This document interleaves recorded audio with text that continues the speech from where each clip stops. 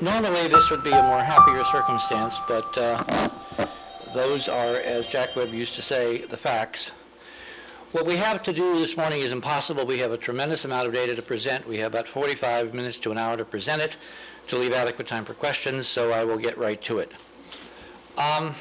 This is the 50th anniversary of the space age.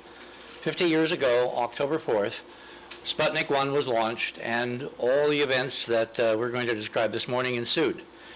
The problem is that the program, the space program that you think you know, which now has gone from a 22.5-pound bauble to Neil Armstrong and Buzz Aldrin walking on the moon, plus other colleagues in subsequent years, and then a space station, a permanent home in orbit, which is, it turns out, not all that permanent.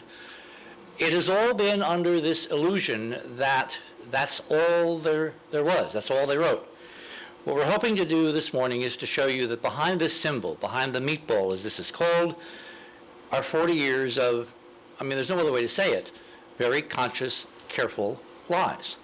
Now, the lies had a good reason. It was to protect us.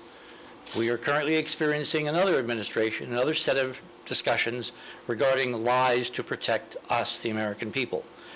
That's not exactly how this government is supposed to operate, and we're going to show you this morning why, even in the venue of NASA, it certainly should never have been allowed to operate, and it must come to an end. We now are in the shuttle era. That is about to end as well in 2010.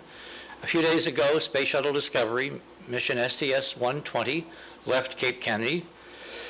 It is a mission that is designed to carry more equipment, the Harmony node, to the space station, crew of 7, endlessly orbiting the Earth, as you will see. But behind all that, what if the agency which is spearheading this vanguard, outpost in the heavens is actually more than you have been allowed to know? That's the substance of this morning's briefing. George Keyworth, I think, said it best in congressional testimony back in 1985. He said, all government agencies lie part of the time. But NASA is the only agency I have ever encountered that does so routinely. George Keyworth was President Ronald Reagan's official science advisor. Now, what is it that could make a presidential science advisor, of course, administrations come and go, and the bureaucracy lives on, what could make an official science advisor say that about an agency that is so revered and presumed to do no wrong? We're going to hopefully be able to show you and document this morning what in fact he is referring to. This is the mission patch of the current Discovery mission, STS-120. There's been a slight alteration in that mission because a few weeks ago it was announced that it would, to celebrate the 30th anniversary of Star Wars, a fictional film by George Lucas, it would carry into orbit this. This is a Jedi lightsaber. The Jedi Knights have gone into space aboard this Discovery mission. And of course, inquiring minds would like to know why. Why is so much effort, as you're going to see, it's a lot of effort, has been expended to take a plastic movie prop, and not from the 1977 premiere of the film, but from the 1983 second part of the series, Return of the Jedi. Hopefully, by the end of the morning, you will know. This is Luke Skywalker. It is his lightsaber that is going into orbit.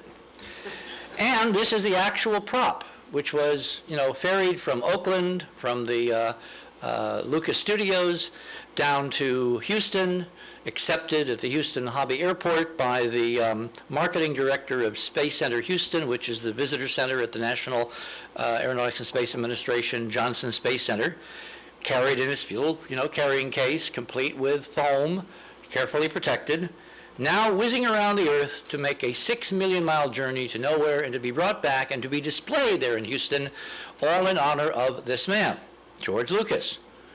Okay, why is NASA going to all this trouble? Is it, as has been reported, merely a marketing ploy? Are we simply looking at something that is designed to make money for a private corporation off the taxpayer? No, actually not. That's the trivial explanation, and as you're going to see, trivial explanations have been trotted out for the last 40 years to explain things that in fact are far more interesting and far more serious.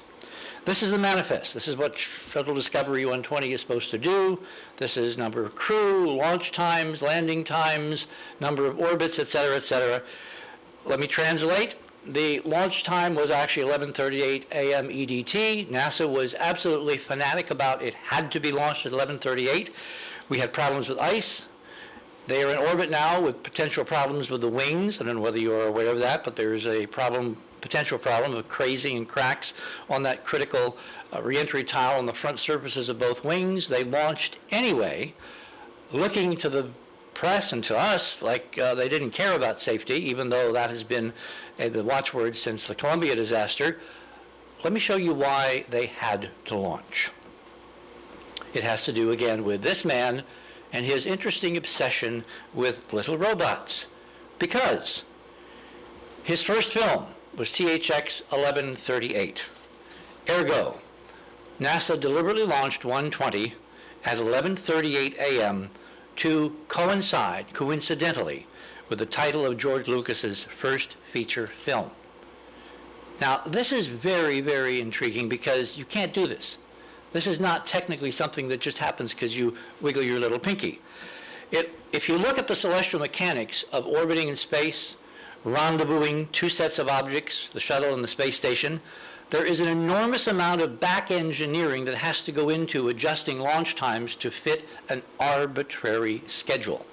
For one thing, there's a whole bunch of Earth satellites in low Earth orbit, and there have been several shuttle missions which have actually had to be delayed so that when the spacecraft launches, the ET and the shuttle don't run into some piece of orbiting junk in low Earth orbit being tracked by NORAD. The fact that this mission went forward as scheduled and had to be kept on that schedule, wing problems notwithstanding, has to do with this time and with this gadget, and the fact that for some reason all of this had to be made to work for symbolic, unknown, hidden reasons by an agency which has not talked about this at all. You've heard about the lightsaber, those who are paying attention. You haven't heard that they wanted to launch at exactly the time that would commemorate Lucas's first film. This is only one small piece of data, the proverbial tip of the iceberg, for an agency that consistently has done one thing and said it is doing another, as we were going to show this morning. This deception goes back, of course, to the very beginning of the space age, something which I lived through, Ken lived through, a number of you have lived through it. We think that we understand the history of space for the last half century. In fact, I'm going to show you that we do not. The age of space began on October 4th, 1957, with this little 22.5-pound bauble launched into orbit. This president responded by saying that it was exactly that, a bauble, and refusing to be stampeded. Other advisors, other minds, other agencies basically overruled President Eisenhower's initial reaction, and ultimately he wound up creating something called the National Aeronautics and Space Administration in 1958. We're on the threshold of its 50th anniversary next year, a civilian agency apparently exercising control over aeronautical and space activities sponsored by the United States. One of the things that I want to emphasize this morning is that NASA is not, I repeat not, a civilian space agency.